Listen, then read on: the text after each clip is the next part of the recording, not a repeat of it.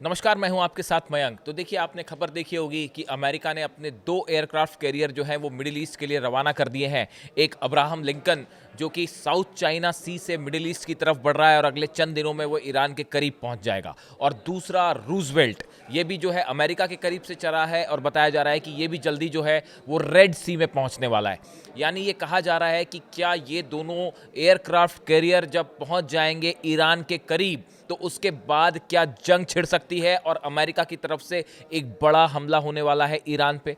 लेकिन इसी बीच खबरें ये भी हैं कि ईरान ने एक बड़ा प्लान तैयार किया है कि कैसे अगर अमेरिका हमला करता है तो कैसे अमेरिका के इस एयरक्राफ्ट कैरियर को निशाना बनाया जा सकता है। देखिए, जो सोर्सेज से खबरें हैं, ईरान में एक बड़ी बैठक हुई। जैसे ही देखिए, पिछले 3-4 दिनों का जो घटनाक्रम था वो आप जानते ही हैं कि कैसे अमेरिका जो है वो फाइटर जेट से हमले का प्लान था ईरान के ऊपर, लेकिन वो पहला प्लान फेल हो गया। उसके बाद ये खबरें आई कि अमेरिका ने, डोनाल्ड ट्रंप ने आदेश दिया कि जितने एयरक्राफ्ट कैरियर हैं उनको बुलाया जाए, और उसके बाद अब्राहम लिंकन और रूजवेल्ट जो है ये दोनों रवाना हो गए। उसके बाद बताया जाता है कि ईरान में एक बड़ी बैठक हुई। इस बैठक में तीनों विंग्स के, आर्मी के, एयरफोर्स के, नेवी के बड़े ऑफिसर्स जो हैं, चीफ्स थे, वो शामिल थे। सिक्योरिटी एक्सपर्ट्स ईरान के शामिल थे। और एक बड़ी चर्चा हुई कि अगर ये एयरक्राफ्ट कैरियर जब रेड सी में पहुंच जाते हैं या ओमान की खाड़ी में पहुंच जाते हैं और उसके बाद ईरान पर स्ट्राइक शुरू होती है, तो इस एयरक्राफ्ट कैरियर को कैसे तबाह किया जाए। इसको लेकर एक बड़ी रणनीति बनाई है, ईरान की तरफ से तैयार की गई। और देखिए, ये जो कहा गया कि ये रणनीति क्या है वो मैं आपको बताऊं। इसकी तैयारी ईरान ने काफ़ी पहले से शुरू कर दी थी। देखिए, ये आज की बात नहीं है। जब से ये थ्रेट परसेप्शन था कि अमेरिका हमला कर सकता है और इस तरह के बयान आ रहे थे, तो बड़ी स्वाभाविक सी बात है कि अमेरिका जब भी अटैक करेगा तो एयरक्राफ्ट कैरियर साथ में होंगे। और एयरक्राफ्ट कैरियर का मतलब है 90 करीब जो F-35 और F-16 जेट्स हैं वो अब्राहम लिंकन जो एयरक्राफ्ट कैरियर है उसके ऊपर से फ्लाई कर सकते हैं।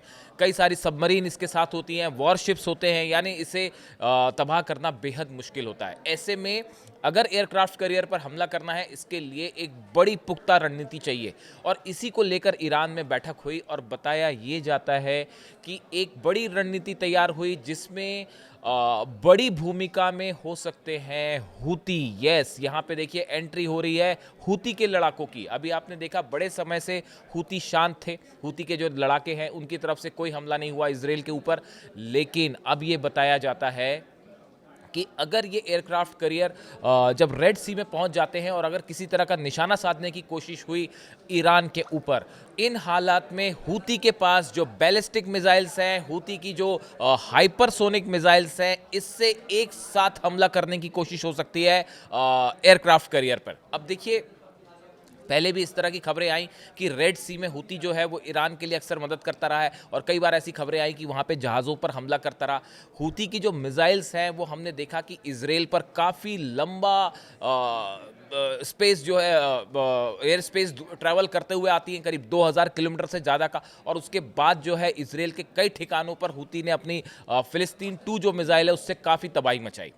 अब देखिए, प्लान क्या है। ये इतना आसान नहीं है। एयरक्राफ्ट कैरियर को तबाह करना बहुत ही मुश्किल काम है, इम्पॉसिबल, मिशन इम्पॉसिबल की तरह है। लेकिन आपने गौर किया, जब 12 दिन की जंग थी उस समय ईरान की स्ट्रैटेजी क्या थी। ईरान की स्ट्रैटेजी ये थी कि एक साथ कई ड्रोन फायर किए जाएं और उसके पीछे बैलिस्टिक मिसाइल्स लगा दी जाएं। ये एक प्रकार का एक तरीका होता है अटैक करने का, जिसमें जो डिफेंस सिस्टम है वो उन ड्रोन्स को इंगेज करने में व्यस्त हो जाते हैं, और इस बीच जो है पीछे से मिसाइल नीचे गिर जाती है।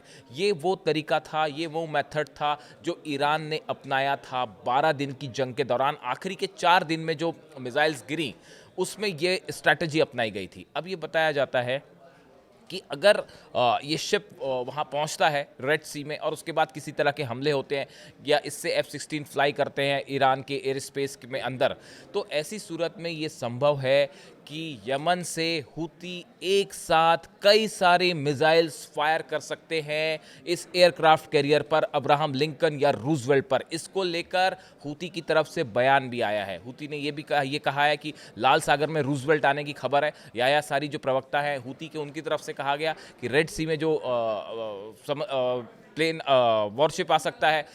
एयरक्राफ्ट कैरियर आ सकता है। रूजवेल्ट अगर वो यहाँ आता है तो हम उसको निशाना बनाएंगे, ये बयान हूती की तरफ से साफ तौर पे आया है। देखिए अब जो जंग होगी, वो जंग में जो सरप्राइज एलिमेंट था वो टाइम खत्म हो गया कि अचानक से प्लेन आए, हमला किए और चले गए। ईरान ने उसको फेल कर दिया। अब देखिए दूसरा जो अब अटैक होगा, अब सीधा पावर जंग होगी और आमने सामने खुलकर जंग होगी। और अमेरिका भी ये बात समझता है कि एयरक्राफ्ट कैरियर को निशाना बनाने की कोशिश होगी।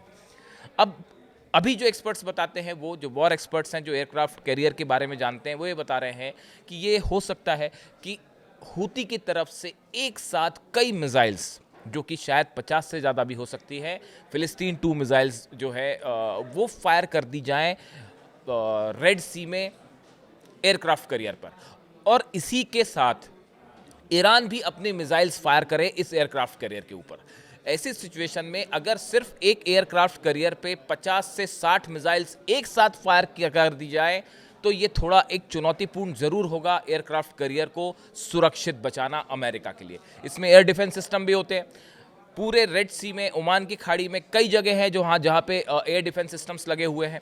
लेकिन उसके बावजूद अगर आप एक साथ जब 40 से 50 मिसाइल्स फायर कर दें किसी एयरक्राफ्ट कैरियर पे या किसी भी शिप पे, तो वो सब मिसाइल्स को रोकना थोड़ा सा मुश्किल होता है, चैलेंजिंग होता है। और ये अक्सर ये संभावना बनी रहती है कि उस 50-60 मिसाइल्स में से 2-3 मिसाइल्स तो हो सकता है ठिकाने पर गिर ही जाएं, और एक भी बैलिस्टिक मिसाइल अगर गिरती है एयरक्राफ्ट कैरियर पर तो वो उसको तबाह करने के लिए काफ़ी है।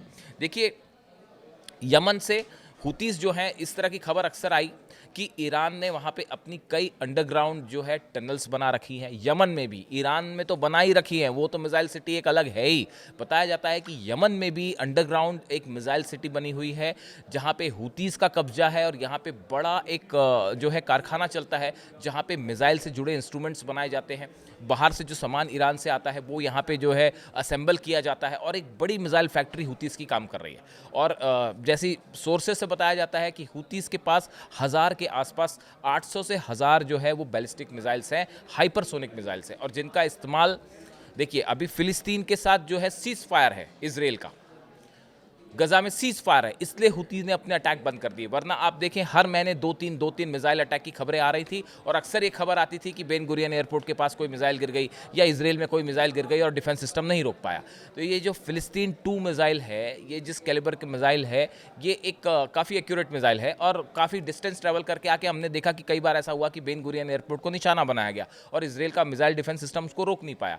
तो ऐसे सिचुएशन में अगर 60-70 मिसाइल्स एक साथ हुतीस फायर कर देते हैं रेड सी में किसी भी एयरक्राफ्ट कैरियर पर, दूसरी तरफ खैबर मिसाइल्स आपको पता ही है, लगातार जो है वो खबरें आ रही हैं कि 500 से ज़्यादा खैबर मिसाइल ईरान ने तैनात कर रखी है। इसके साथ एक बड़ी खबर हमने आपको बताया था, मैंने अपने वीडियो में बताया था कि रशिया ने, ऐसी खबरें हैं, अपनी इस्कंदर मिसाइल जो है वो ईरान को दी है। अब इस्कंदर मिसाइल जो है उसकी जो रेंज है वो 6 से 700 किलोमीटर के आसपास की मानी जाती है। बहुत ज़्यादा रेंज नहीं है, लेकिन बहुत ही एक्यूरेट मिसाइल मानी जाती है।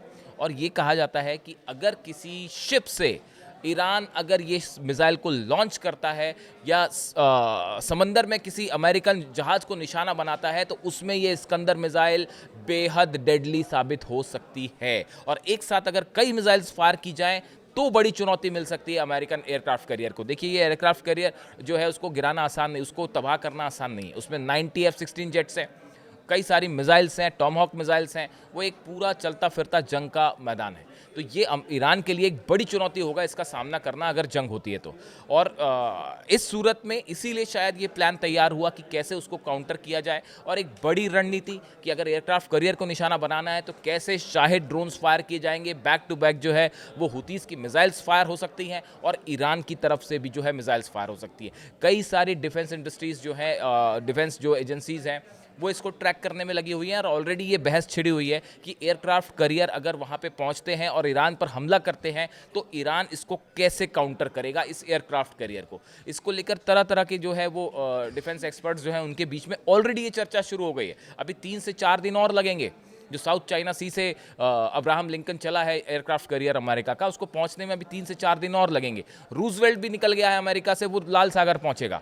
लेकिन इसके पहले ही ईरान की तरफ से बड़ी रणनीति तैयार है। देखिए कितनी सक्सेसफुल होगी नहीं होगी वो तो वक्त बताएगा, उसके लिए पहले से आप कोई कल्पना नहीं कर सकते कि वो सफल हो जाएगा या नहीं हो जाएगा। लेकिन ईरान ने तैयारी शुरू कर दी है। इस एयरक्राफ्ट कैरियर को लेकर पिछले 2 दिनों में खूब चर्चाएं रही पूरे दुनिया भर के मीडिया में कि अमेरिका ने एयरक्राफ्ट कैरियर भेजे हैं, अब क्या होगा, क्या हमला होगा। बड़ी जंग की तैयारी हो रही है, लंबी जंग की तैयारी हो रही है।